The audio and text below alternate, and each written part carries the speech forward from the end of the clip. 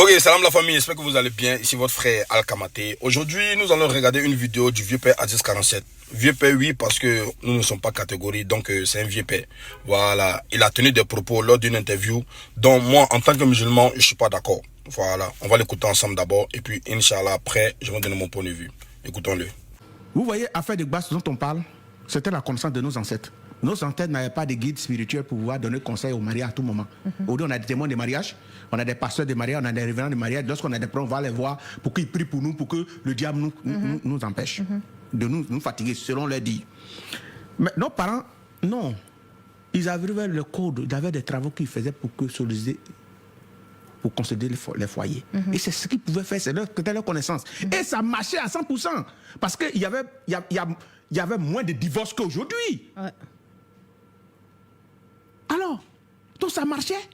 Nos parents faisaient ça. Et puis, le gamin, il dit, ces femmes-là, il prend, puis ils restent ensemble jusqu'à c'est la mort qu'elle a séparé. De nos jours, on finit de dire ça à la mosquée, à l'église, devant le maire, et puis on se déplace du jour au lendemain, il dit, je ne veux plus, je ne veux plus, je ne veux plus. Et regardez le temps de divorce en train de faire là-bas. Donc, tout ça là, on a besoin de les faire asseoir.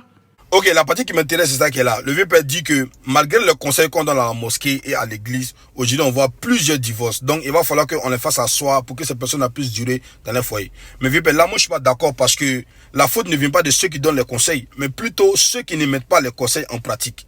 Voilà. Sinon, on a vu plusieurs musulmans, plusieurs couples musulmans qui ont duré ensemble, qui n'ont pas eu besoin de ces pratiques-là pour pouvoir vivre pendant longtemps dans leur mariage. Non. La faute vient de ceux qui ne mettent pas les conseils en pratique. Voilà. Si tu mets les conseils en pratique, c'est qu'on t'a dit à la mosquée. Si tu mets ça vraiment en pratique là, mais tu vas durer dans ton mariage.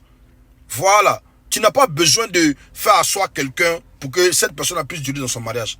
Souvent aussi là, il y a des choses qui arrivent dans le mariage. Donc ça fait que non, ils vont divorcer. Quelque chose de normal. Mais cela ne veut pas dire que, ouais, juste parce qu'on ne les a pas fait asseoir, raison pour laquelle c'est comme ça, comme on appelle ça, ces couples-là divorcent. Là, moi, je suis pas d'accord. Voilà, souvent, il va falloir qu'on fasse la part des choses.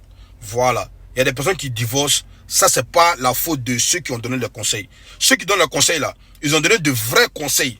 Voilà. On a vu plusieurs couples musulmans qui n'ont pas eu besoin qu'on les fasse asseoir pour qu'ils puissent durer ensemble. Voilà. Donc, ceux qui divorcent, ils se marient aujourd'hui et puis demain ils divorcent là. Ça, c'est eux leur faute. Parce qu'ils n'ont pas mis les conseils en pratique. Voilà ce que moi je voulais dire. Qu'Allah nous donne longue vie, qu'il fasse des musulmans purs et sincères et qu'il nous guide sur le droit chemin, Inch'Allah. Assalamu alaikum wa rahmatullahi wa barakatuh.